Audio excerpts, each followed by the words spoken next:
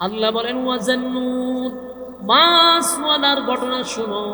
ইদ যাহাবা মুগাদিবান ফাযান্না আন লান নাকদিরা আলাইহি فنادى في الظلمات أن لا إله إلا أنت سبحانك إني كنت من الظالمين। আল্লাহ বলেন মাছওয়ালায় মনে করছে আমি তারে পাকড়াও করব না, কিন্তু মাছওয়ালার তো আমি পাকড়াও করছি। মাছওয়ালা মাছের ভিতরে ঢোকার সাথে সাথে আল্লাহ ঘোষণা করে দিছে, মাছ আমি তোরে হুকুম দিছি আমার নবীরে পেটে নেওয়ার জন্য, কিন্তু হজম করার অনুমতি আমি তোরে দেই নাই। সুবহানাল্লাহ। আমার নবীরে হজম করতে পারবি না। আর ইউনূস নবী মাছের পেটের ভিতরে গিয়া কয় লা ইলাহা ইল্লা আনতা সুবহানাকা ইন্নী কুনতু মিনাজ জালিমিন। উনি বুঝতে পারছে আল্লাহ আপনি ছাড়া কোনো মাবুদ নাই, আপনি ছাড়া এখন আর কেউ নাই, আপনি পবিত্র, আমি জালিমদের অন্তর্ভুক্ত হয়ে গেছি। আল্লাহ আমি অপরাধ করছি, আমি আপনার হুকুম ছাড়া বিদেশ যাওয়ার সিদ্ধান্ত নিছি, আমি জালিমদের অন্তর্ভুক্ত হয়ে গেছি, আপনি পবিত্র, আপনি ছাড়া আর কেউ নাই, আপনি ছাড়া আমার কোনো উপায় নাই। এইভাবে যখন আল্লাহর কাছে বারবার বলতে লাগলো লা ইলাহা ইল্লা আনতা সুবহানাকা ইন্নী কুনতু মিনাজ জালিমিন, ইউনূস নবী তিনটা অন্ধকারের ভিতরে ঢুকে গেছে। এক হইল মাছের পেটের ভিতরের একটা অন্ধকার, ঠিক না বেঠি? মাছের পেটের ভিতরের অন্ধকার, আবার আরেকটা হলো পানির অন্ধকার, আরেকটা হলো রাতের অন্ধকার। তিন অন্ধকারের ভিতরে ইউনূস নবী ঢুকছে। দুইটা এত বড় মুসিবতের মধ্যে পড়ে উনি শরণাপন্ন হইছে কার? উনি কিন্তু মুসিবতে পয়রা বলে নাই যে বাবা আমার রক্ষা করো, বাবা গো, মা গো, কিভাবে কি ডাকছে? আমরা তো মুসিবতে হলে বাবা মা হয়ে চিল্লানো শুরু করেছি। উনি মুসিবতের মধ্যে পড়ে সাথে সাথে শরণাপন্ন হয়ে গেলেন আল্লাহ, যে আল্লাহ আপনি ছাড়া কোনো মাবুদ নাই, আপনি ছাড়া কোনো ইলাহ নাই, বাঁচানেওয়ালা নাই, রক্ষা করনেওয়ালা কেউ নাই। আল্লাহ আপনি পবিত্র, আমি জালেমদের অন্তর্ভুক্ত। আল্লাহ আমি নিজের উপরে জুলুম করছি। আল্লাহ আপনার হুকুম ছাড়া, আপনার সিদ্ধান্ত ছাড়া আমি সীমা লঙ্ঘন করছি।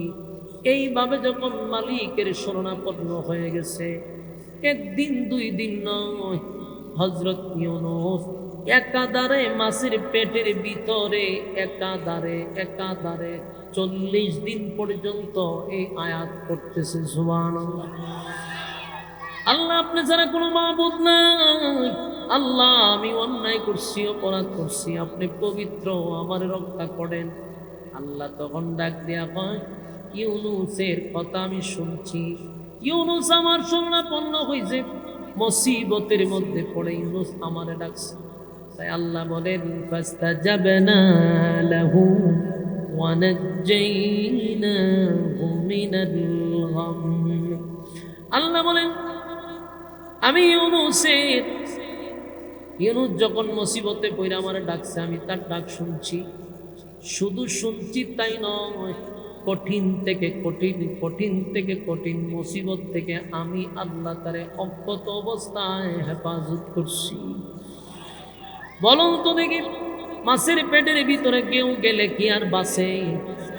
মাছের পেটের ভিতরে ঢুকলে কেউ বাঁচতে পারে? সাপের পেটের ভিতরে ঢুকলে বাঁচে? তাহলে মাছের পেটের ভিতর থেকে বাঁচার কথা না। আল্লাহ কয় আমি ইউনূসের ডাক শুনছি, শুধু তাই না, ইউনূস রে সেখান থেকে আমি উদ্ধার করছি। মাছের পেটের ভিতরে এমন ব্যথা সৃষ্টি করছে রে, মাছ উগলাইতে উগলাইতে সাগরের পাড়াইসা ইউনূস নবীরে উগলাইয়া ছেড়ে দিচ্ছে। ইউনূস নবীরে উগলাইয়া ছেড়ে দিচ্ছে। ইউনূস নবীরে ছেড়ে দিল। আল্লাহ কয় আমি ইউনূসের কথা শুনছি। ইউনূসরে আমি অক্ষত অবস্থায়, সুস্থ অবস্থায় ইউনূসরে আমি বাঁচাইয়া দিচ্ছি। সুবহান। দীর্ঘদিন ধরে তো মাছের পেটের ভিতরে বাতাস লাগে নাই, সব কিছুর থেকে উনি বঞ্চিত, এমনি সুস্থ কিন্তু শরীর দুর্বল, এটা দাঁড়াইতে পারে। আল্লাহ মরুভূমির মধ্যে 2টা খেজুর গাছের ব্যবস্থা করছে, ভর্তি খেজুর ফাঁকা, নিচে পড়ে, ইউনূস নবী উঠতে খারিব শক্তি নেই, এই খেজুর মুখে দেয়, খায়। সাগরের পানি না লবণাক্ত, আল্লাহ মিষ্টি পানিরও ব্যবস্থা করে দিচ্ছে। মিষ্টি পানি আসে, মিষ্টি পানি খায়, মিষ্টি পানি খায় আর খেজুর খায়। এইভাবে আস্তে আস্তে আস্তে উনি সুস্থ হইতেছে, আল্লাহ ওনারে সুস্থ করে তুলছে। কিন্তু উনি বুঝতে পারছে উনি যে ভুল করছে। উনি বলছে যে আমার সিদ্ধান্তটা মোটেও ঠিক হয় না, এটা উনি বুঝতে পারছে। মাঝের পেটের ভিতরে গিয়ে বলছে, আল্লাহ আমি জালেমদের অন্তর্ভুক্ত হয়ে গেছি, আপনি পবিত্র, আল্লাহ আপনি ছাড়া কেউ নাই, আপনি আমাকে হেফাজত করেন, আপনি ছাড়া এখন আর করেন। আল্লাহ ওনার উদ্ধার করছে।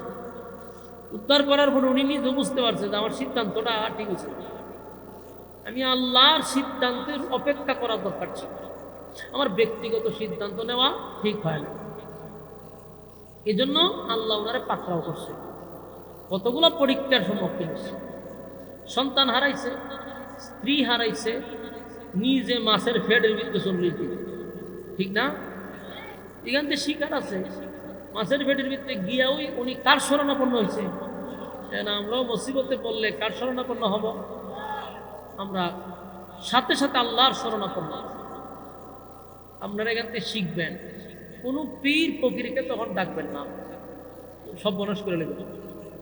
তখন বাঁচানোওয়ালা একমাত্র আমরা যেন কোনো পীর ফকিরের দ্বারস্থ না হই, কোনো পীর ফকিরের দোহাই যেন তখন না দিই, একমাত্র শরণাপন্ন হব আল্লাহ। আল্লাহ কিন্তু লাস্টে একটা কথা বলছে, وَكَذَلِكَ نُنْجِي الْمُؤْمِنِينَ। আল্লাহ বলছে ইউনূসকে আমি যেইভাবে 3টা অন্ধকারের ভিতর থেকে আমি উদ্ধার করছি, মাছের পেটের ভিতর থেকে উদ্ধার করছি অক্ষত অবস্থায়, সুস্থ অবস্থায়, ইউনূস আমার শরণাপন্ন হয়েছে, ঠিক তেমনি ভাবে কিয়ামত পর্যন্ত এমনি হয় না, তেন আবার বেসায় দিচ্ছেন, এটি আপনার করেন না। মনোযোগ দিয়ে শুনেন আপনারা। আর রায়ন ভাই তো, রায়ন বেরুলিয়া। এখন দেখেন ইউনূস নবীরে আল্লাহ যেভাবে অক্ষত অবস্থায়, সুস্থ অবস্থায় ফিরাইয়া দিছে, আল্লাহ কি উনারই ফিরাইছে না আমরা ফিরাইব? কথা হয় না। আল্লাহ তো ওয়াদা করছে, আমি প্রত্যেকটা মুমিন বান্দা বান্দিরে বলতেছি, তোমরাও যদি মুসিবত পড়লে আমি আল্লাহরে ডাকো, তাহলে কিয়ামত পর্যন্ত আমিও তোমাদেরকে মুসিবত থেকে উদ্ধার করব। তাহলে আল্লাহ হচ্ছে কারে ডাকবেন? আল্লাহর শরণাপন্ন যদি হন। এখন যদি আপনি এখন বাবা তোমার দরবারে কোনোদিন কেউ খালি হাতে ফিরে না, এরকম স্লোগান যদি দেন বিভিন্ন বন্ডর দরবারে গিয়া, তাহলে আপনারা আল্লাহ উদ্ধার করবো। সে মুসিবতে বললে দেখিলেন কি পরিমাণ আপনারা উদ্ধার করবো। ডাকেন বাবা, সাবধান, ইমানও হারাইবেন, দুনিয়াও ধ্বংস করবেন, পরকালও ধ্বংস করবেন। আল্লাহ নিজে বলছে, তোমরা যদি মুসিবত পড়লে আমার শরণাপন্ন হও, ওয়াদা দিচ্ছি তোমাদেরকেও আমি মুসিবত থেকে উদ্ধার করব। আমরা কার শরণাপন্ন হব? আল্লাহর শরণাপন্ন। এই বিষয়টা মাথায় রাখতে হবে। সাবধান, আমরা যেন কোনো মানুষের কাছে না চাই, জিন্দা মানুষ হোক আর মৃত মানুষ হোক, আল্লাহ ছাড়া কারো কাছে চাওয়া কথা হয় না। মাঝে মধ্যে কি তারা চায়নি? সাবধান, জীবিত মৃত কারো ক্ষমতা আছে? মৃতটার তো এমনও নাই, জীবিতরও নাই, মৃতটার তো নাই, কোনো ক্ষমতা নাই। সুতরাং আপনি আল্লাহ তুই মানুষের কাছে চাইবেন কেন? সাবধান। আল্লাহ বলেন, আমি ওয়াদা দিচ্ছি কিয়ামত পর্যন্ত তোমাদেরকে আমি মুসিবত থেকে উদ্ধার করব, যদি তোমরা আমি আল্লাহর শরণাপন্ন হও। আমরা মুসিবত পড়লে আল্লাহর শরণাপন্ন। সম্মানিত শুধু এখান থেকে কি শিখলেন? ইউনূস নবী এত বড় একটা মুসিবত পড়ছে, মাছের পেটের ভিতরে ঢুকে গেছে, কিন্তু উনি ঢুকার সাথে সাথে একবারের জন্য আল্লাহকে ভুলে নাই। সুবহানাল্লাহ। বিশাল একটা পরীক্ষা আল্লাহ ইউনূস নবীর কাছ থেকে নিয়েছে। যেহেতু ওনার একটা সিদ্ধান্ত ছিল, আল্লাহর সিদ্ধান্ত আসার আগে যেহেতু উনি ব্যক্তিগত সিদ্ধান্ত নিছে, এই জন্য ওনাকে বিশাল একটা পরীক্ষার সম্মুখীন হতেছে। কিন্তু সেই পরীক্ষায় ইউনূস নবী কিন্তু ফার্স্ট ডিভিশনে পাস করছে। আপনারা সুবহানাল্লাহ আছেন। সেই পরীক্ষা আল্লাহ যাদেরকে ভালোবাসে, মহব্বত করে, এরাই দিনই মজলিসে বসতে পারে। আর আমাদেরও ভুল হয়, আমরা আসলে জাগার নাম শুনে তো প্রোগ্রাম রাখি, এটা আসলে ওইভাবে স্পটে আইসা দেখা, লোক দিয়া জানা শোনা করা, এগুলো আসলে আমাদেরও দরকার। আমরা যদি জানি না শুনে এইভাবে রাখতাম তাহলে আজকে দৃশ্যটা দেখতে হইত না। মেহেরবানি করে যেহেতু আইসেই করছি, পরিস্থিতির শিকার, আপনারা বসলে আমার কথা বলার উৎসাহ আগ্রহ তৈরি হবে। মেহেরবানি করতে যান, মেহেরবানি করে আমরা বসে যাই। আল্লাহ যাদেরকে ভালোবাসে, মহব্বত করে, ওই সমস্ত বান্দাদেরকে দ্বীনের কাজে লাগায় না। তো আমরা যারাই বসতেছি, আল্লাহ আমাদেরকে মহব্বত করে এই জন্য এই সমস্ত মজলিসে বসার সুযোগ করে দিয়েছেন। শুকরিয়া আদায় করি আমরা আলহামদুলিল্লাহ। লক্ষ কোটি দুরুদ এবং সালাম আল্লাহর সৃষ্টির প্রধান আকর্ষণ জনাবে মুহাম্মদুর রাসূলুল্লাহ সাল্লাল্লাহু আলাইহি ওয়াসাল্লামের উপর। সম্মানিত সুধী, আমি আপনাদের সামনে একটা প্রসিদ্ধ আয়াত তেলাওয়াত করছিলাম, সুপ্রসিদ্ধ, এবং এই আয়াতটা আমরা সচরাচর মুসিবতে পড়লে, বিপদে পড়লে এই আয়াতটুকু আমরা পড়ে থাকি, যেটাকে আমরা বলে থাকি দুআয়ে ইউনূস, মুসিবতের দোয়া। তো এই আয়াতটা যেহেতু আমাদের সকলের কাছে পরিচিত, আমি সেই আয়াতটাই আপনাদের সামনে করছি। আমি এক ধরনের একটা মুসিবতে আছি, আপনারা যেমন মুসিবতে আছেন আমিও আছি, এই জন্য আয়াতটাও মুসিবতেরই পড়া হয়েছে। আল্লাহর হস্তে আমরা এই কথাগুলির উপরে আমল করার চেষ্টা করব ইনশাআল্লাহ। এই আয়াতি কারিমাটা আমরা বিপদে পড়লে পড়ে থাকি, এবং এটা পড়লে আল্লাহ তাআলা বিপদ থেকে উদ্ধার করে, যেমন অতীতে উদ্ধার করছে। এবং এই আয়াতের শেষে আল্লাহ বলেন, ওয়াকাযালিকা নুনজিল মুমিনিন, কিয়ামত পর্যন্ত যারা মুসিবতে পড়বে আর আমি আল্লাহর শরণাপন্ন হবে, আমি ওয়াদা দিচ্ছি তাদেরকেও আমি মুসিবত থেকে উদ্ধার করব। তাহলে আল্লাহ আমাদেরকে এটাও বলে দিছে যে যদি তোমরা মুসিবতে পড়লে আমার শরণাপন্ন হও, তাহলে আমি ওয়াদা দিচ্ছি তোমাদেরকে আমি মুসিবত থেকে উদ্ধার করব। তো এই বিষয়ে আলোচনা আমরা করতে চাই। মেহেরবানি করে বসে যান। হ্যাঁ, বসে, কথা না বলি। পৃথিবীতে লক্ষাধিক নবী রাসূল আল্লাহ পাঠাইছে, লক্ষাধিক নবী রাসূল দুনিয়াতে পাঠাইছে একটাই উদ্দেশ্য, মানুষকে হেদায়েতের রাস্তা দেখায়া দেওয়ার জন্য। হেদায়েতের মালিক বানায়া কোনো নবীর আল্লাহ পাঠাইছে। প্রত্যেক নবী আসছে শুধু মানুষকে হেদায়েতের রাস্তা দেখায়া দেওয়ার জন্য। এই ধারাবাহিকতায় প্রায় লক্ষাধিক নবী রাসূল পাঠাইছে। এই লক্ষাধিক নবী রাসূলের মধ্যে দুইজন নবী ছিল যারা দিন প্রসার করতে গিয়া মায়ের খায় নাই, গালি শুনে নাই। আর বাকি সমস্ত নবীরা কালেমার দাওয়াত দিতে গিয়া রক্তাক্ত হয়েছে, গাল মন্দ শুনতে হয়েছে। তাহলে এই দুইজন নবী শুধু গালিও শুনে নাই, মায়েরও খায় নাই। আমাদের নবী হলো সমস্ত নবী রাসূলগণের মুকুট, সমস্ত নবীদের নবী, সমস্ত রাসূলগণের রাসূল নবী মুহাম্মদুর রাসূলুল্লাহ সাল্লাল্লাহু আলাইহি ওয়াসাল্লাম। আমার নবী পর্যন্ত কালেমার দাওয়াত দিতে গিয়া রক্তাক্ত হয়েছে, মায়ের খাইছে। শুধু মায়ের খায় নাই, গালিও শুনছে। তো আল্লাহ রাসূল সাল্লাল্লাহু আলাইহি ওয়াসাল্লাম মায়েরও খাইল, গালিও শুনল। তাহলে কোন নবী মায়ের খায় নাই, গালিও শুনে নাই? এর মধ্যে এক নাম্বার যিনি মায়েরও খায় নাই, গালিও শুনে নাই, হযরত আদম আলাইহিস সালাতু ওয়াস সালাম। বলুন, উনি কি মায়ের খাইছে? মায়েরও খায় নাই, গালিও শুনে নাই। প্রশ্ন হলো কেন কারণ উনি প্রথম মানুষ, প্রথম নবী।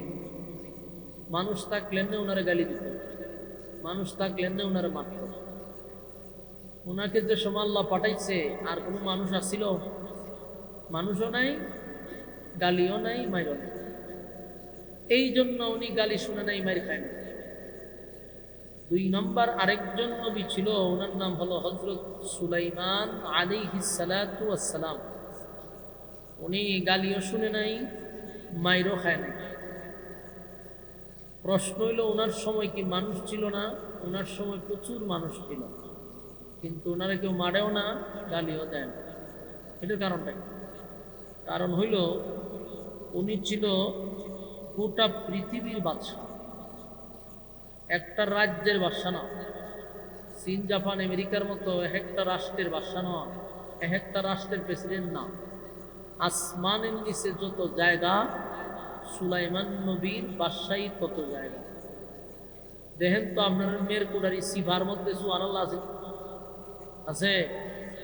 আর থাকবো করতে লক্ষণ খুবই খারাপ। আপনার এলাকার মুরব্বীরার ভিতরে পর্যন্ত ভয় নাই, সেখানে ওয়াজ আমি করে খিদা পাবো। আমি সারা জীবন ঘুরছি সারাটা 64 জেলায়, এরম চিত্র আমার 10 বছর ভিতরে আমার চোখের সামনে ঘটছেও না। আর মাহফিলে যদি নাও মানুষ তাই তাও মুরব্বীরা থাকছে। কিন্তু আপনার এলাকার মুরব্বীরাও খুব ব্যস্ত, যার যার ব্যস্ত নিয়ে আছে। মেহরবানি করে মুরব্বীদেরকেও বলবো, আপনারা ঘরে আর না বসে দেখতে প্যান্ডেলে চলে আসে। সম্মানিত সুধী, তো সুলাইমান আলাইহিস সালাতু ওয়াস সালাম আসমানের নিচে যত জায়গা আল্লাহ ওনার এই পরিমাণ বাদশাহী দিছে। এখানে সুবহানাল্লাহ কোন যায়, এইটি শিখবেন, এটি কিছু শিখা দরকার। কোরআন সুবহানাল্লাহ, কোরআন নাউজুবিল্লাহ মাঝে মধ্যে শিখবেন, ওয়াজ মাহফিলও যাইবেন, তো অভ্যাস করতেই হতো। আপনারা 50 বছর ভিসায় আছেন, এইগুলো শিখতেই হতো। একজন নবীরে আল্লাহ গোটা পৃথিবীর রাজত্ব দিছে, এইটা আশ্চর্য না? আশ্চর্যজনক কথা শুনলে কি বলবো? এইটি বলতেই। এখানে যদি খেলা হইতো, একটা গোল কেউ করতো, আপনারা কি বইলা দেওয়া লাগতো যে গোল কর, নাইচ দিয়া দিয়ে 3টা লাভ দিয়ে ঘুরে দিতেন না? তো এইটা তো বুঝেন যে এই সময় গোল কোন লাগে। আর আশ্চর্য কথা শুনলে সুবহানাল্লাহ বলতেন, কারণ আল্লাহর পয়গম্বর হইয়া গোটা পৃথিবী রাজত্ব করছে, এটা চারটিখানি কথা না। আরো আশ্চর্য হবেন, শুধু উনি পৃথিবী রাজত্ব করছে বিষয়টা এমন না, ওনার নিয়ন্ত্রণে বাতাস ছিল। আজ উন্নতর যুগে, প্রযুক্তির যুগে বাতাসকে নিয়ন্ত্রণে নিতে পারছে, টাম্পে পারছে, পুতিনে পারছে? কেউ পারে না। কিন্তু সুলাইমান নবীর নিয়ন্ত্রণে বাতাস ছিল। যত বড় বাদশাহী হোক আর যত বড় প্রেসিডেন্টই হোক, বাদশার কথা কি জিন্নাতে শুনে? ডোনাল্ড ট্রাম্পের কথা জিনে শুনব? সুলাইমান নবীর কথা জিনে শুনত, বাতাসে শুনত, এমনকি পিপিলিকার সাথে উনি কথা বলত। তাহলে আল্লাহ তাআলা ওনারে আলাদা একটা যোগ্যতা দিয়েছিল, আলাদা একটা পাওয়ার দিছিল। 2 নম্বর হলো, উনারে আল্লাহ গোটা পৃথিবী ভ্রমণ করার জন্য, এখন তো যত উন্নত যুগে নিজস্ব হেলিকপ্টার, বিমান আছে, দ্রুতগতি বিমান, সারা পৃথিবী ভ্রমণ করা যায়। ওই সময় তার বিমান টিমান ছিল না। আল্লাহ প্রদত্ত একটা কুদরতি বিমান আল্লাহ সুলাইমান নবীরে দিছে। তবে ওই সময়ের বিমানে যেই পরিমাণ যাত্রী বহন করত, কিয়ামত পর্যন্ত এত বড় বিমান আর এই পৃথিবীতে কেউ বানাইতে পারবে না। এখন যে এত উন্নত যুগ, এত প্রযুক্তির যুগ, কিন্তু এখন পর্যন্ত গোটা পৃথিবীতে একটা বিমান নাই যে বিমানে 15,000 যাত্রী বহন করতে পারে। এখনো বানাইছে একসাথে 15,000 যাত্রী বহন করতে পারে এমন বিমান পৃথিবীতে এখন আবিষ্কারই হয় না। আর আজ থেকে 3 থেকে 4,000 বছর আগে, কত বছর আগে? 3 থেকে 4,000 বছর আগে সুলাইমান নবীর আল্লাহ যে বিমান দিছিল, সেই বিমানে যাত্রী বহন করত প্রায় 1 লক্ষ। এখন বুঝছেন সুবহানাল্লাহ কম লাগতো, যাকেই অভ্যাস হয়ে যাব। 1 লক্ষ যাত্রী বহন করত সেই বিমানে। আর এত টেকনোলজিক যুগে এত উন্নতির যুগে, এত প্রযুক্তির যুগে, এত প্রতিযোগিতা চলতেছে, কার থেকে কে বেশি উন্নত করবে, কে বেশি প্রযুক্তি তৈরি করবে, কোন দেশ কোন দিকে উন্নত করবে, এত কিছু নিয়ে গবেষণা চলতেছে, কিন্তু 15,000 যাত্রী বহন করবে, এইরকম মেধা এখনো পৃথিবীর কারো হয় নাই, পারছে না। হয়তো সর্বোচ্চ 20,000 পর্যন্ত যাইতে পারে, কিন্তু এখনো এটা করে না। কিন্তু হাজার হাজার বছর আগে 1,00,000 যাত্রী বহন, সুবহানাল্লাহ। এখন আসুন, ওই বিমানে ছিল না কোনো ইঞ্জিন, ওই বিমানে নাই পেট্রোল, নাই অকটেন, এটা চলতো মূলত বাতাসের মাধ্যমে, তেল পানি কিছু লাগে, কারণ বাতাসটা তো ওনার নিয়ন্ত্রণে, তাই এটা বাতাসের উপর দিয়ে উঠত। পৃথিবীর এক প্রান্ত থেকে আরেক প্রান্ত সুলাইমান নবী চলে যায়, 1,00,000 যাত্রী বহন। আর ওনারে আল্লাহ যে বাহিনী দিছিল, পৃথিবীর শুরু থেকে কোনো বাদশাকে বাহিনী আল্লাহ দেয় নাই। পৃথিবী কিয়ামত পর্যন্ত এরকম বাদশাহী আল্লাহ কাউরে দিবে না, অতীতেও দেয় নাই, ভবিষ্যতেও সুলাইমান নবীর মতো বাদশাহী আল্লাহ কাউরে দিবে না। যেমন ওনার বাহিনীর মধ্যে 3টা বাহিনী ছিল, একটা ছিল জিন, আর একটা ছিল পক্ষিকুল, বলতে পাখিরা ছিল ওনার বাহিনী, জিন্নাত ছিল ওনার বাহিনী, মানুষ ছিল ওনার বাহিনী। আমাদের দেশের প্রেসিডেন্ট হোক আর ডোনাল্ড ট্রাম্পই হোক, বাহিনী কিন্তু একটা দিল মানুষ, ঠিক না? আর সুলাইমান নবীর বাহিনী জিনও আসিন, মানুষও আসিন, পাখিরাও আসিন, সেনাবাহিনী ছিল।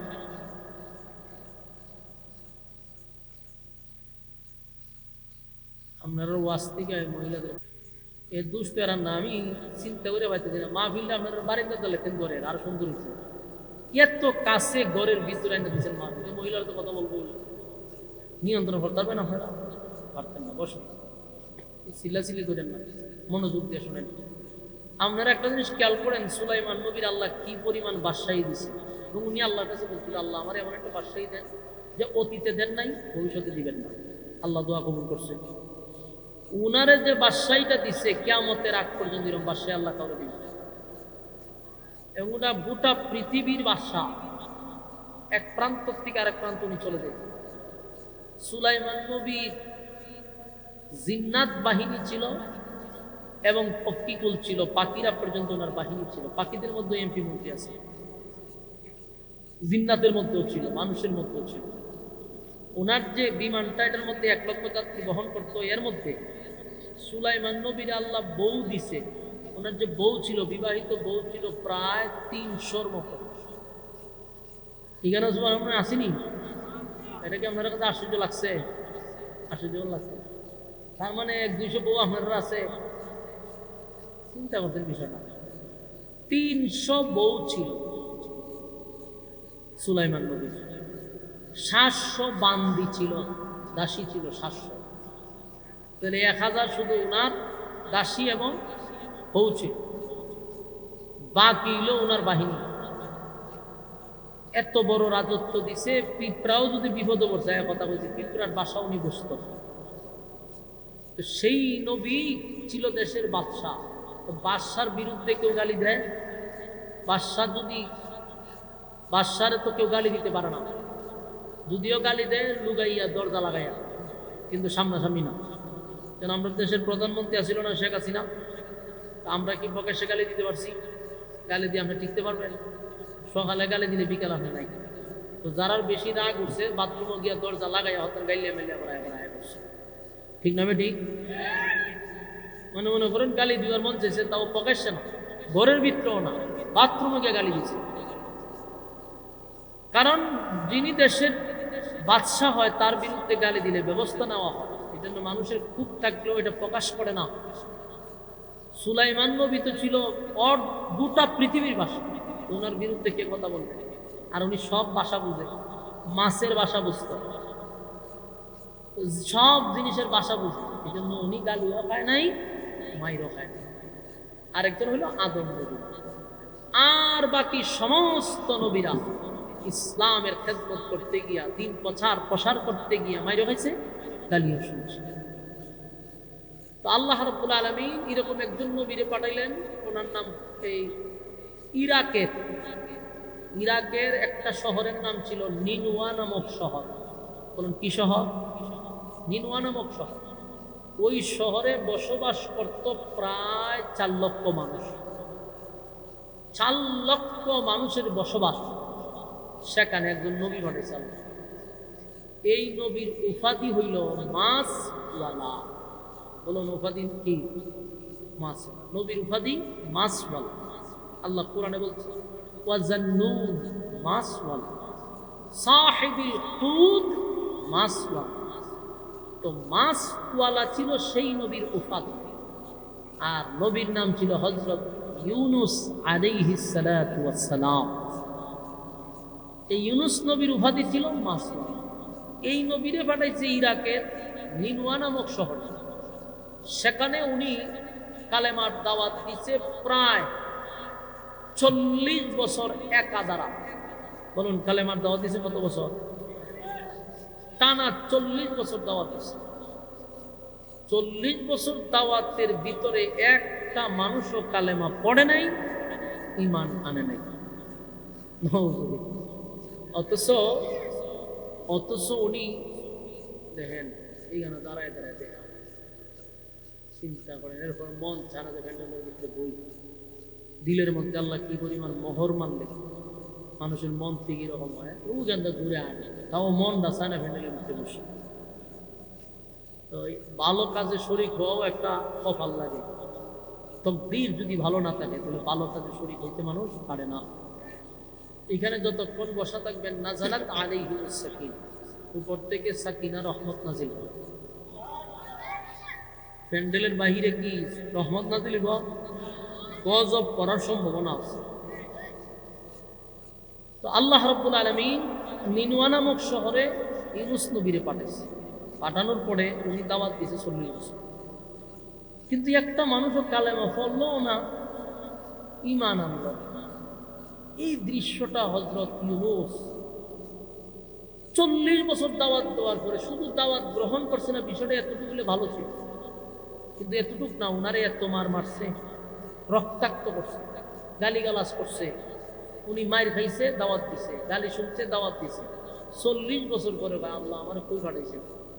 40টা বছর আমি দাওয়াত দিলাম, একটা মানুষও কালেমা পড়ল না, একটা মানুষ আমার দাওয়াত গ্রহণ করলো না, উল্টা আমার মারছে, রক্তাক্ত করছে। ইউনুস নবী যখন আল্লাহর কাছে এই কথাটা বললো, আল্লাহ একটা কাজ করেন, এদেরকে গিয়া গজবের ভয় দেখা। গজবের ভয় দেখা। যদি গজবের ভয় পায় তাহলে এরা ফিরে আসতে পারে। যেমন একটু আগে আমি বলছি না যে গজব করার সম্ভাবনা আছে, আমিও ভয় যাই, মুডেও ভয় পাই।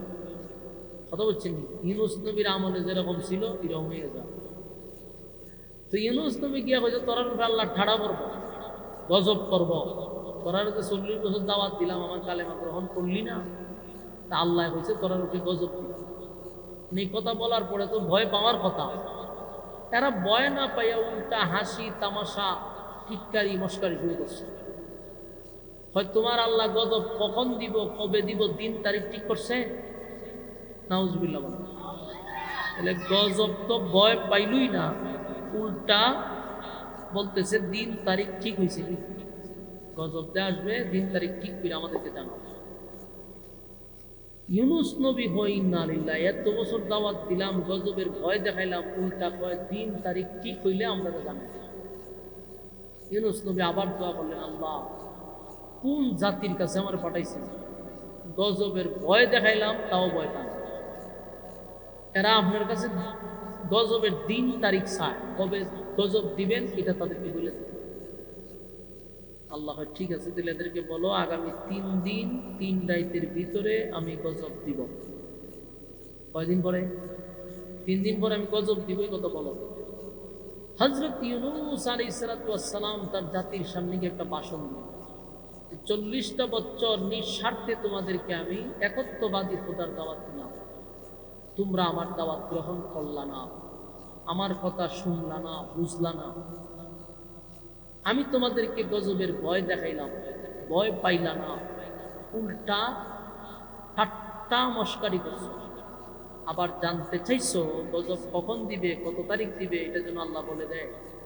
তাহলে তোমাদের কথাই বাস্তব হলো, আল্লাহ বইলা দিয়েছে আগামী 3 দিনের ভিতরে তোমার উপরে গজব করবে। তোমর বিরোধী লই করে আমি এনে বয় দেন, তুই কথা বলে দিবি বলে আচ্ছা যাই বলে না আমরা দাঁড়াই বেদলতে গেলাম নাই আপনি চাচায় কথা কইতেছে। এখন দেখেন এই কথা বলার পরে 3 দিন পরে গজব আসবে, ইউনুস নবী বইলা দিছে, ওইলা ইউনুস নবী গেছে গিয়া ওনার মেয়ে, ওনার 2টা সন্তান আছিল, ছেলে আর ওনার বিবি, 3 জন একসাথে এই শহর সাইরা আরেক শহরে চলে গেছে।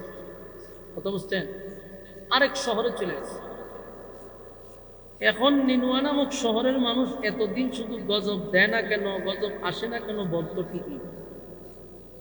এখন যখন ইউনুস নবী বলছে আগামী 3 দিনের ভিতরে ঠাড়া পড়বো তোদের উপরে, এখন তারা একটা চিন্তা করছে যে গজবের দিন তারিখ তো ঠিক কইরা আমাদের দিয়া দিছে, আমরা তো এতদিন হাসি তামসা করছি, ঠিক আছে, মনে করো ধরে নাও যদি গজব আইসাই পড়ে তাহলে আমাদের করণীয় কি, আমাদের কি করা দরকার? আমরা তো হাসি তামসা করছি, ঠাট্টা মস্কারি করে করে ইউনুস নবীর কথা উড়াইয়া দিছি, কিন্তু এখন যদি বাস্তব হয়ে যায় আর গজবটা যদি চলেই আসে তখন কি করব? তো এদের মধ্যে একটু শিক্ষিত অথবা বুঝদার মানুষ ছিল, সে দাঁড়ায়া বলল, শোনো, আমি অন্যান্য নবীদের জীবনী করছি, ইতিহাস জানি, গজবের দিন তারিখ ঠিক করার পরে যদি নবীরা এলাকায় থাকে তাহলে বুঝবা গজব আসবে না, আর যদি দেখো নবীরা এলাকায় নাই তাহলে 100% গজব আসবে, এতে কোনো সন্দেহ। তাহলে একটা কাজ করে, দেখো তো ইউনুস আছে এলাকায়, এর একটা টিম লইয়া গেছে, গিয়া পুরা গ্রামে তালাশ করছে, বাড়িতে গিয়ে দেখে দরজা লাগায়, গ্রামে গঞ্জে শহরে বন্দরে সব জায়গায় দেখছে, কিন্তু ইউনুস নবীর আর পায় না। যখন ইউনুস নবীরে পাইল না তখন তারা এসে বলল যে গজব যে আসবে কোনো সন্দেহ নেই। কেন? বলি ইউনুস তো নাই, শহরে নাই, কোথাও নাই, ইউনুস নাই তার মানে গজব কথা হয় না, গজব। এখন একটু ভয় পাইছে, ভিতরে একটা ধাক্কা লাগছে, ইউনুস তো যাওয়ার কথা না, ইউনুস চলে যাওয়ার মানে হলো গজব আসবে। এখন একদিন চলে গেছে, আছে 2 দিন, 2 দিন চলে গেছে, আর আছে 1 দিন। এখন এই মানুষগুলা সবাই 4 লক্ষ মানুষ একত্রিত হইয়া বলল যে ইউনুস আমাদেরকে দাওয়াত দিছে, কোনোদিন আমাদেরকে গালি দেয় নাই, চক্রাঙ্গায় তাকে নাই, যুদ্ধ বস্তি করে নাই, সে তার রবের দাওয়াত দিয়ে গেছে, আমরা তারে মারছি, রক্তাক্ত করছি, বেয়াদবি করছি।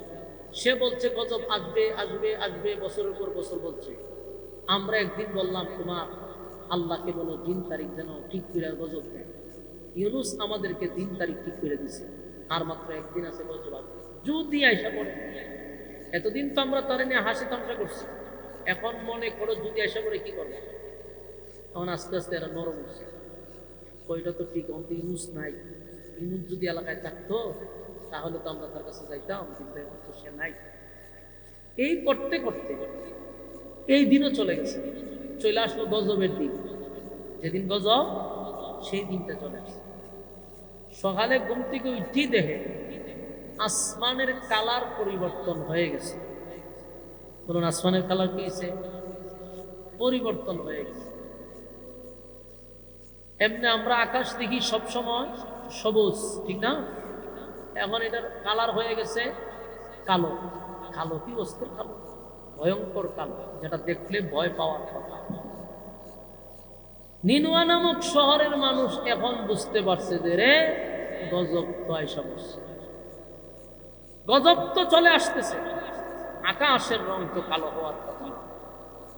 এখন তারা লইরা চলে বসছে, চিৎকার শুরু করছে, কান্নার রোল পড়ে গেছে যে এতদিন আমরা ইউনুসকে চিনতে পারি নাই, এখন তো ইউনুসের কথাটাই সঠিক হলো, গজব তো আমরা দেখছি, এখন কি করা যায়? তো এদের মধ্যে একজনে বলল, শোনো, আমি আগেই বলছিলাম যে নবীরা গজবের কথা বইলে এলাকায় থাকে না, উনিও নাই, তার মানে গজব আসবে। এখন তারা বলতেছে আমরা যদি ইউনুস থাকতো তার হাতে পায়ে দিলে মাপ চাইতাম, তার কাছে ক্ষমা চাইতাম, আমরা তার নবী হিসাবে মেনে নিতাম। কিন্তু এখন যে ইউনুস নাই, এখন আমাদের কি করা? কান্না শুরু করছে। শুধু আকাশ কালো হয় নাই, একটা আওয়াজও শুরু হচ্ছে। আওয়াজটা যত যায় বিকট থেকে বিকট হয়, যত সময় যায় বিকট থেকে বিকট হয়।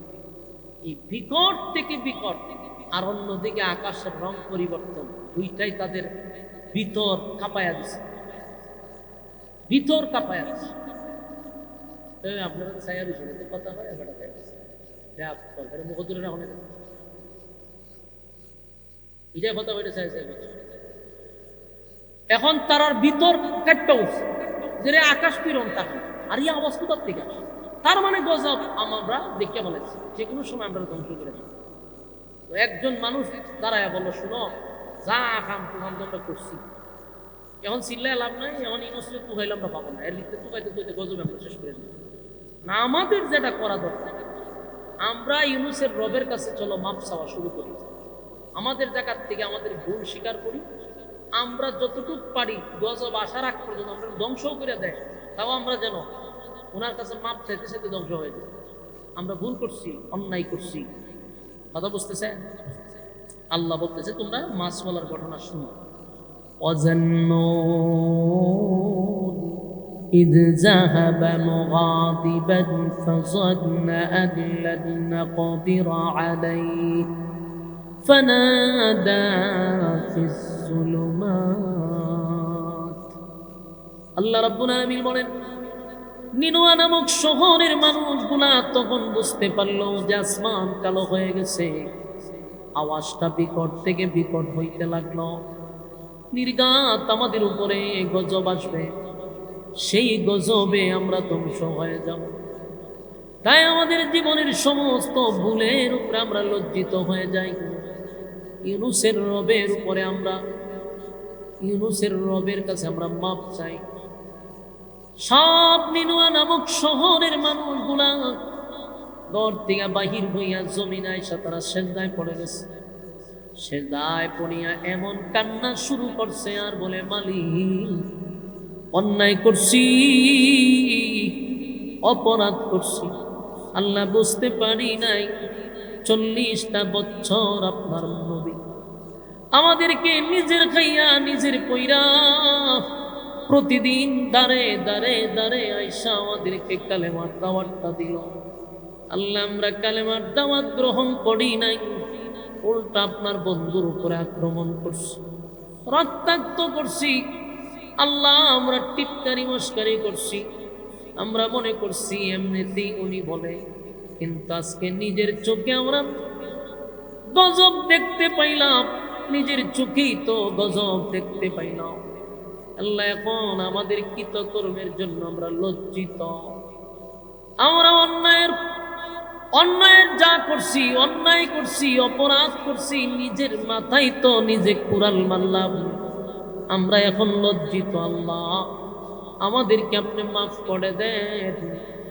আপনার নবী যদি এখন থাকতো, তার হাতে পায়ে ধরে আমরা মাপ চাইতাম, তার কাছে গিয়ে আমরা মাপ চাইতাম, কানুতি মিনতি করে বলতাম যে আমরা অন্যায় করছি, অপরাধ করছি।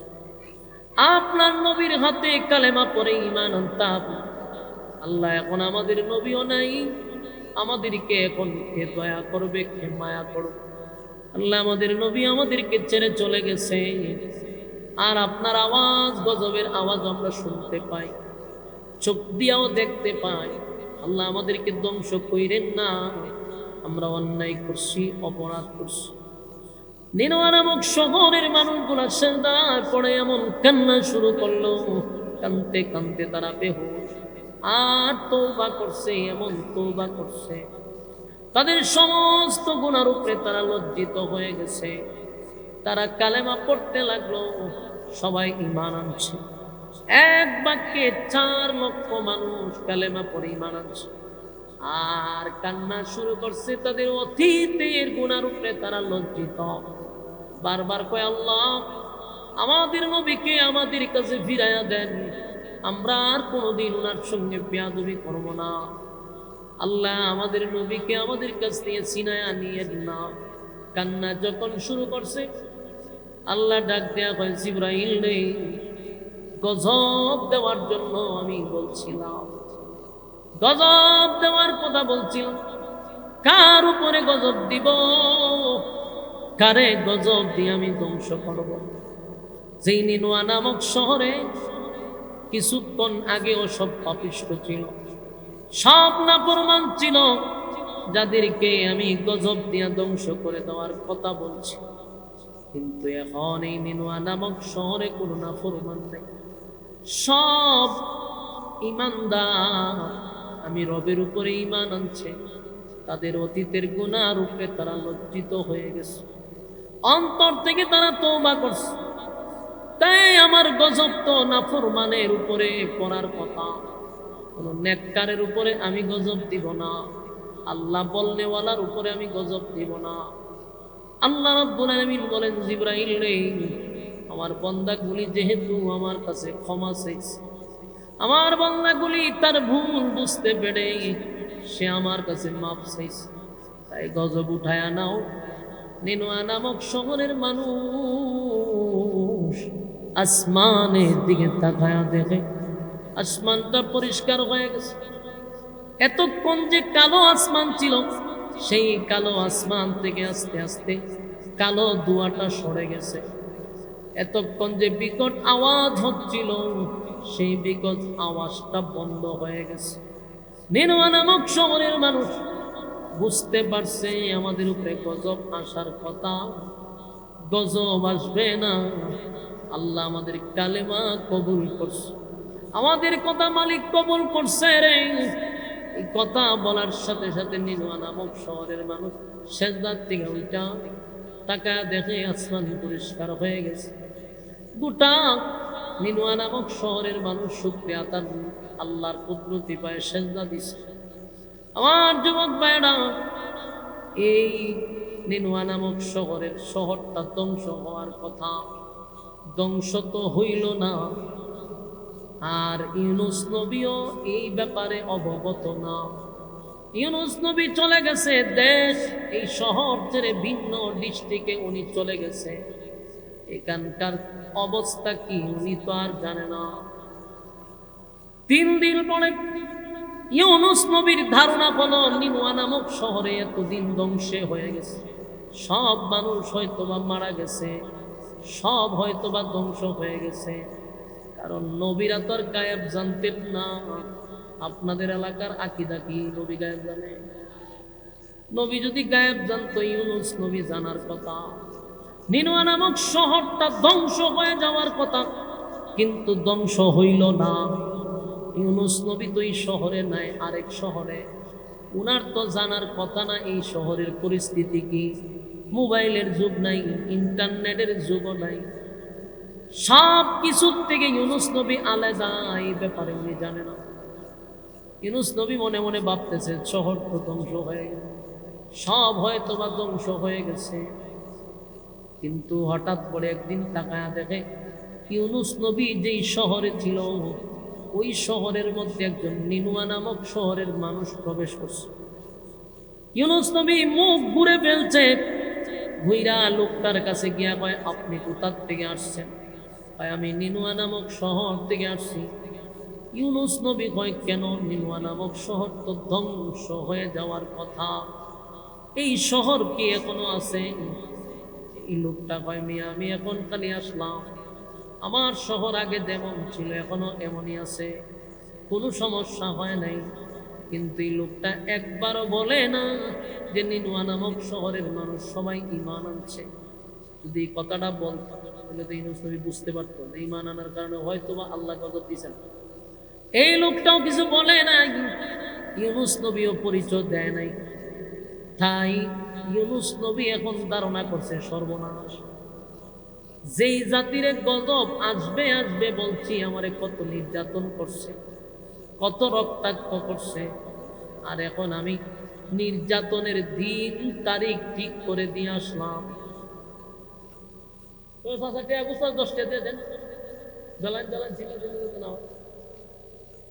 আর কেউ আসেনি?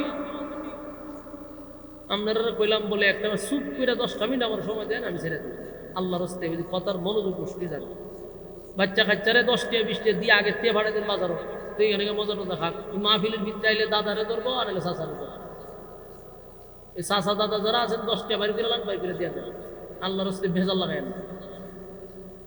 আমার যুবক ভাই কথা কি মনোযোগ আছে? আচ্ছা বলেন, ইউনূস নবী কি জানে যে নিনওয়া নামক শহর ধ্বংস হয়েছে না? ওনার ধারণা হলো ধ্বংস হয়ে গেছে, কারণ তার গায়েব জানে না, আর তখন তার মোবাইলের যুগ নাই। কিন্তু এই লোকে যদি খালি এতটুক বলতেছে, ভাই আমরা তো সবাই ইমান আনছি, এর লেগে আল্লাহ গজব দিচ্ছে না, কিন্তু এই লোকে কথাটা বলে নাই। ইউনূস নবী আমার টেনশন আছে যে এই জাতি গজবের কথা বলছি, ভয় পায় না, টিটকারি মস্কারি করছে, আমার মারধর করছে। এখন যে গজবের দিন তারিখ ঠিক করে দিলাম, গজব যে আল্লাহ দিল না, এখন যদি আমি যাই এটা তো আমার জি একটা দইরা ঠান্ডা মেরে লিব। ইউনূস নবীর ধারণাটা ঠিক আছে, কারণ এরা তো লোক ভালো ছিল না, যে আমি যদি এখন যাই এরা আমার সিরা লেবো ঠান্ডা। কারণ এতদিন গজবের ভয় দেখাইছে, আর এখন তো গজবের দিন তারিখ ঠিক করে দিলাম, গজব যেহেতু আসে নাই, এরা তো এখন আমার আর ভয়ও পাবে না, আমার মেরে লিব। ইউনূস নবী না, তাহলে আমি আর নিনওয়া নামক শহরে যাবো না, আমি দেশই থাকতাম, দেশ ছাইরা দিয়ে আমি ভিন্ন দেশে যাব। এই যে উনি ভিন্ন দেশে যাবে সিদ্ধান্ত নিছে, এই সিদ্ধান্তটা কি আল্লাহর পক্ষ থেকে না ওনার ব্যক্তিগত? এটাই হলো ওনার ব্যক্তিগত সিদ্ধান্ত, যে আমি আর এই শহরে যাব না, আমি দেশ ছাইরা প্রয়োজনে বিদেশ যাব। যেই জাতি গজবের ভয় পায় না, আর গজবের দিন তারিখ দেওয়ার পর আল্লাহ কেন গজব দিল না? যেহেতু গজব আসে না, এরা ধ্বংস হয় নাই, তাহলে আমি যাই। ইউনূস নবী ওনার ব্যক্তিগত একটা সিদ্ধান্ত নিল, আমি দেশটা ছেড়ে দেব। আল্লাহ বলেন মাসওয়ালায় তার সিদ্ধান্ত নিছে, মনে করছে তারে বুঝে আমি পাক্কাও করতাম না, কিন্তু আল্লাহ কয় ওয়াজান্নুন إذ ذهب مغاضبا فظن أن لن نقدر عليه। মাছওয়ালা মনে করছে আমি তারে পাকড়াও করব না, মাছওয়ালা মনে করছে তার আমি ধরব না, ছেড়ে দিব না। মাছওয়ালা তো নিজের থেকে সিদ্ধান্ত নিছে রে, ব্যক্তিগত সিদ্ধান্ত। আল্লাহর পক্ষ থেকে কোনো ওহী আসে নাই, কোনো সমাধান আসে নাই, ব্যক্তিগত সিদ্ধান্ত নিছে উনি দেশ ছেড়ে বিদেশ চলে যাবে। এটা আল্লাহর কাছে পছন্দ হয় না, কারণ উনি যেহেতু আল্লাহর পয়গম্বর, আল্লাহর পক্ষ থেকে ওহী না আসা পর্যন্ত উনি সিদ্ধান্ত নিতে পারে না। কিন্তু উনি সিদ্ধান্ত নিছে যে না, এই শহরে আর এক মুহূর্ত থাকা সম্ভব না, আমি যাব। উনি যাবেন না, এটা ওনার সিদ্ধান্ত। উনি করছে কি, ওনার 2 ছেলে আর ওনার বউ, ওনার বিবি 3 জন, আর উনি একজন 60 জন। এই 60 জন দেশ ছেড়ে বিদেশ যাওয়ার উদ্দেশ্যে রওনা দিয়ে গেছে। আল্লাহ ভাই মাসওয়ালা ব্যক্তিগত সিদ্ধান্ত নিছে, ব্যক্তিগত সিদ্ধান্ত নিয়ে মনে করছে আমি ওনারে ধরবো না, কিন্তু আল্লাহ পাকড়াও করে ফেলছে। আল্লাহ কি করছে? পাকড়াও করছে, ধরে নিছে। ইউনূস নবী যখন রওনা দিয়া লাইছে, রাস্তার মধ্যে কিছু লোক ওনার বিবিরা আটকাই দিছে। ওই যে এই রাস্তা দিয়ে কোনো মহিলা যেতে পারবে না, এই রাস্তা দিয়ে মহিলা গেলেই আমরা আটকাই দিই। এই ওনার বিবিরে জিম্মি করে যখন নিয়ে যায়, তো ইউনূস নবীর বিবি বলল যে স্বামী, আপনি আপনার কাজ চালায়া যান, আপনার সন্তান নিয়ে চলে যান, আমারে আল্লাহর জিম্মায় ছেড়ে দেন। সুবহানাল্লাহ কইতে পারেন? আসেনি কেন সুবহানাল্লাহ? থাকলে বলবেন আপনার এলাকার তো নাই, আমি জানি, এরপরে টুকায় তাকায় বইতে জানি অনেক কিছু। এমন চিন্তা করেন, ওনার বিবি মুসিবতের সময় স্বামীরে বলতেছে আপনি আপনার কাজ করেন, আমার আল্লাহর জিম্মায় ছাড়েন, ব্যক্তিগত না, আল্লাহর জিম্মায়। উনি যখন বলছে আল্লাহর জিম্মায় ছেড়ে দেন, ইউনূস নবী তার 2 সন্তান লইয়া উদ্দেশ্য হইল উনি বিদেশ যাবেন। সিদ্ধান্ত হলো চেঞ্জ করছেন। আল্লাহর পাকড়াও তো বড় ভয়ঙ্কর। কিছুক্ষণ মরুভূমি দিয়া যাইতে যাইতে বহু দূর হাঁটছে, আর তখন তো এক দেশ থেকে আরেক দেশে যাইতে গেলে তার বিমান নাই, এয়ারপোর্ট নাই, দামি গাড়ি নাই, অধিকাংশ হাইটটা, আর বাকিটা হলো নদী পথ, লম্বা সফরে হাইটটা গেছে। তো তখনও জাহাজের প্রচলন ছিল, কিন্তু এখনকার জাহাজে ইঞ্জিল আছে, তখনকার জাহাজে কি ছিল না, ইঞ্জিল ছিল, কিন্তু জাহাজ ছিল। নদী দিয়া জাহাজ চলতো কিন্তু ইঞ্জিল নেই, ওইটা পাল দিয়া চলতো, কাপড় লাগাইছে ঠান্ডা বাতাসে। কিভাবে 2 মাস 3 মাস 1 বছর লাগাই এক দেশ আরেক দেশে যাইতে। ইউনূস নবী চিন্তা করলো এই মরুভূমি পার দিলে নদী, বিশাল সাগর, সাগরের পাড়ে গেলে যাত্রীবাহী জাহাজ আছে, জাহাজে উঠা দেড় সেরে বিদেশ যাবো। উনি রোয়ানা দিয়ে দিছে, বউ নাই, 2টা বাচ্চা লোক। মরুভূমি পার দিয়া একটা নদীর সামনে গেছে। নদীটা খুব ছোট, নদীতে তেমন কোনো পানিও নেই, মনে করেন আডু পানি। নদীটা পার হইলেই সাগর, আর সাগরের পাড়ে যাত্রীবাহী জাহাজ আছে। ইউনূস নবী চিন্তা করলো নদীটা পার হই, এরপরে গিয়ে জাহাজ উঠে যাবে। নদীর তো পানি নাই, ছোট বাচ্চাটারে খুলে নিচ্ছে, নদীটা ফাইবার লেগে ছোট বাচ্চাটারে খুলে নিচ্ছে। বড় ছেলেটারে বলছে তুই কেন দাঁড়া, এটা নদী পারও দাঁড় করাইছে, আর ছোট বাচ্চাটারে খুলে লইয়া নদী পার হবে। যেই নদী নামছে, নদীটা ছিল না পানি, পানির স্রোত বাইরে গেছে। কোন পানির স্রোত কিতে হয়েছে, আগে কি স্রোত আসিল? তাহলে এটা কি হয়েছে, পাকড়াও করছে। আল্লাহ কি করছে,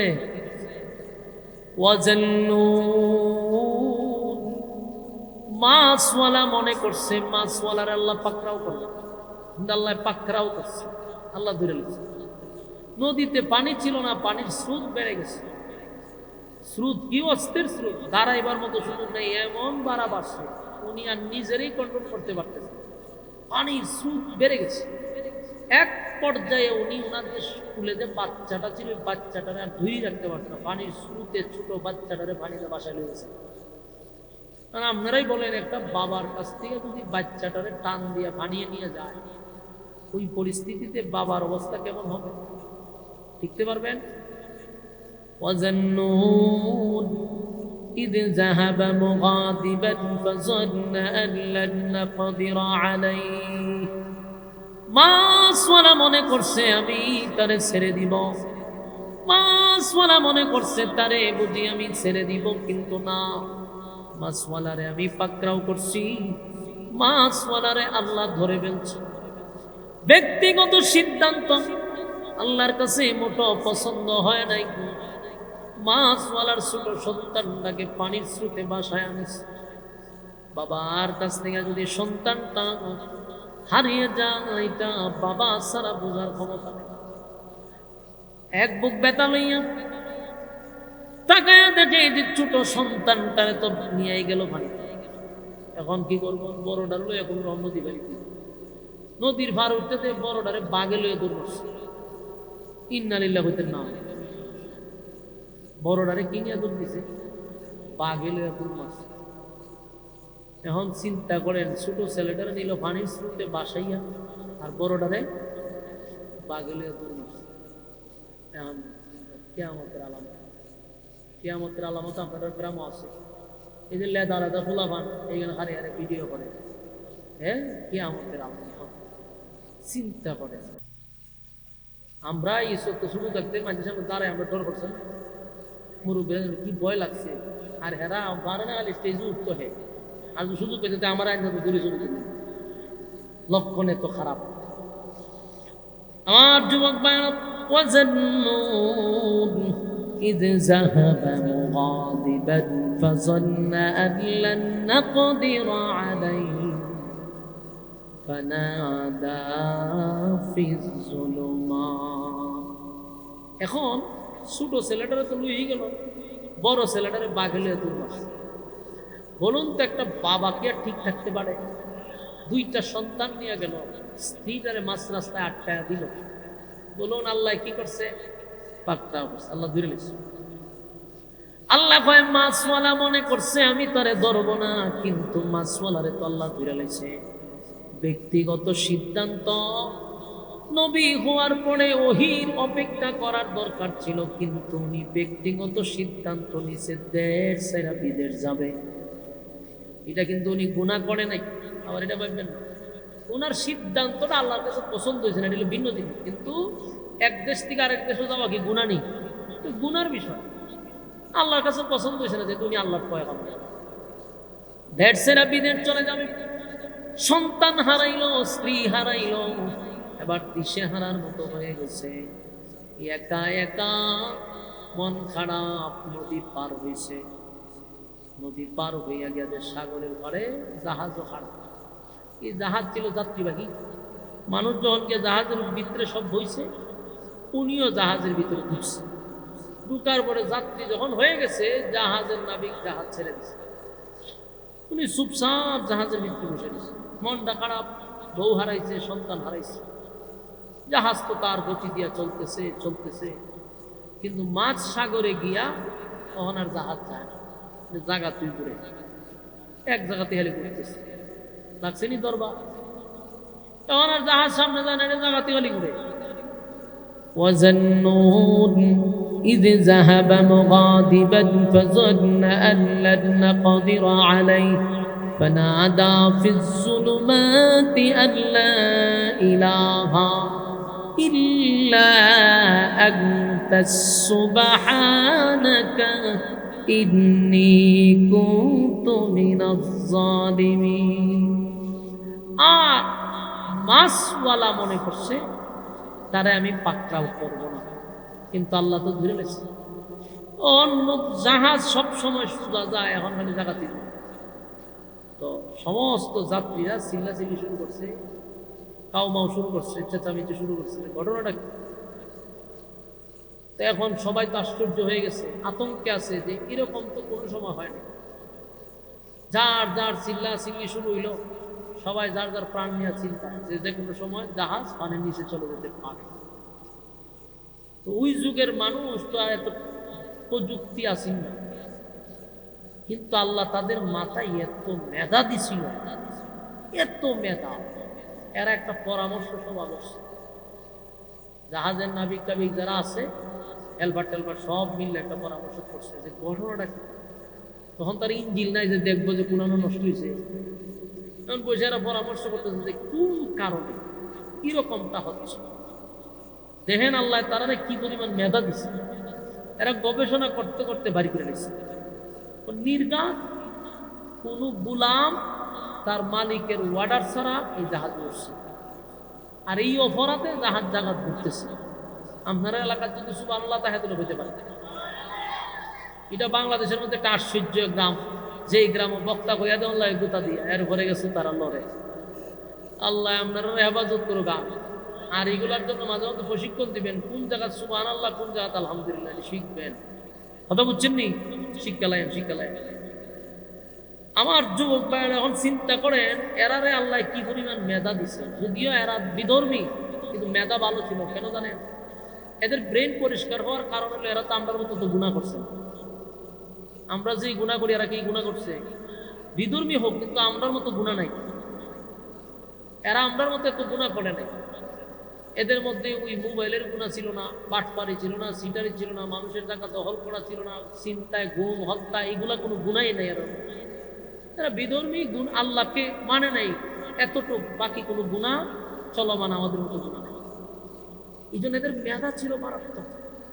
মেধা দিয়া বাইর করছে যে একটা অপরাধীর কারণে জাহাজ জাগাত ঘুরে, কোন গুলাম তার মালিকের ওয়ার্ডার ছাড়া এই জাহাজ উঠছে। ইউনূস নবী তো ভিতরে ভিতরে টের হইলেছে রে, আমি তো আমার মালিকের ওয়ার্ডার ছাড়া এখানে আইছি, অপরাধী তো আমি। এখন এরা বলতেছে দেখো কে কোন গুলাম মালিকের ওয়ার্ডার ছাড়া এখানে আসছো, তাড়াতাড়ি নিজের স্বীকারোক্তি দাও, আর না হয় আমরা যারে সন্দেহ লাগবে এরে হাতে পাও দূরে ইডাল দিয়ে আমরা ফেলাই দেবো সাগরে। সাগরে একজনে ফেলাই দিলে পুরা মানুষ বেঁচে যাবে। অন্য মানুষ আরো চিন্তা চিন্তা শুরু করছে, যারে সন্দেহ তারে ফেলাই দিবেন, লাগছে চিন্তা চিন্তা। এর মধ্যে ইউনূস নবী কেউ অনর্থক সন্দেহ করার দরকার নাই, মালিকের ওয়ার্ডার ছাড়া যে গুলাম জাহাজ উঠছে এটা আমি সেই অপরাধী।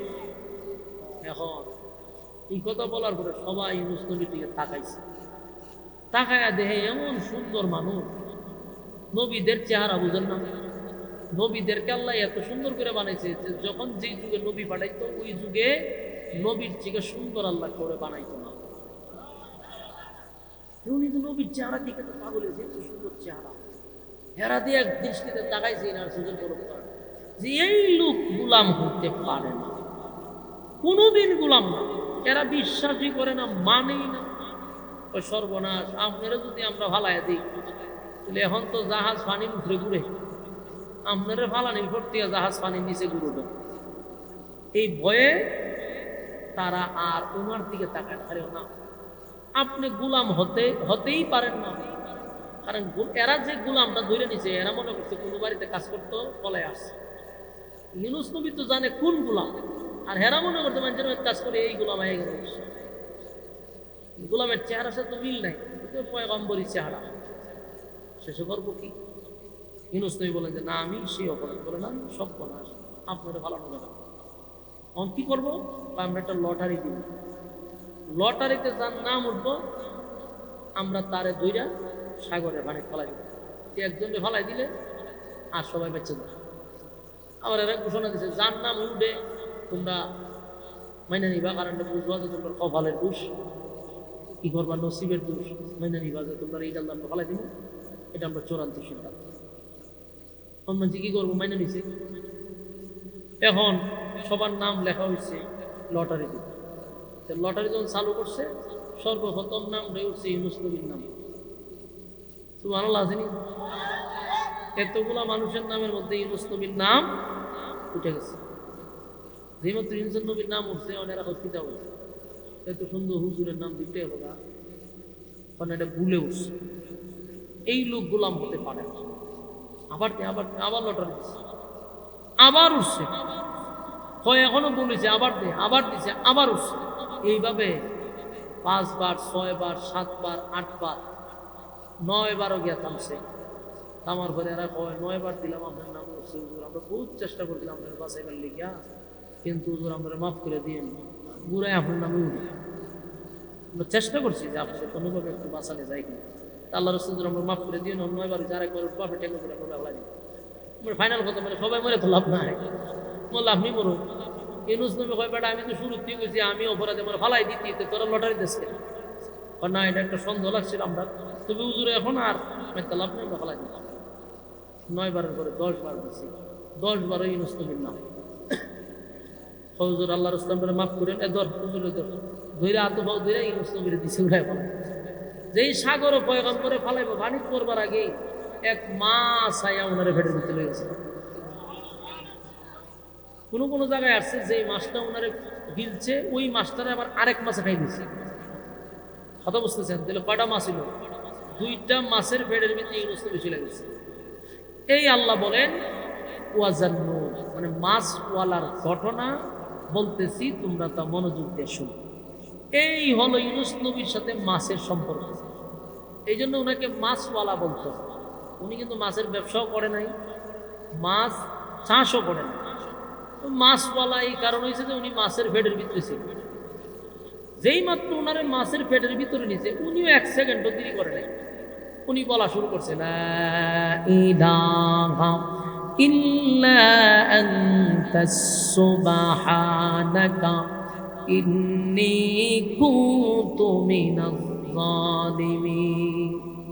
লা ইলাহা ইল্লা আনতাস সুবহানাকা ইন্নী কুনতু মিনাজ জালিমিন।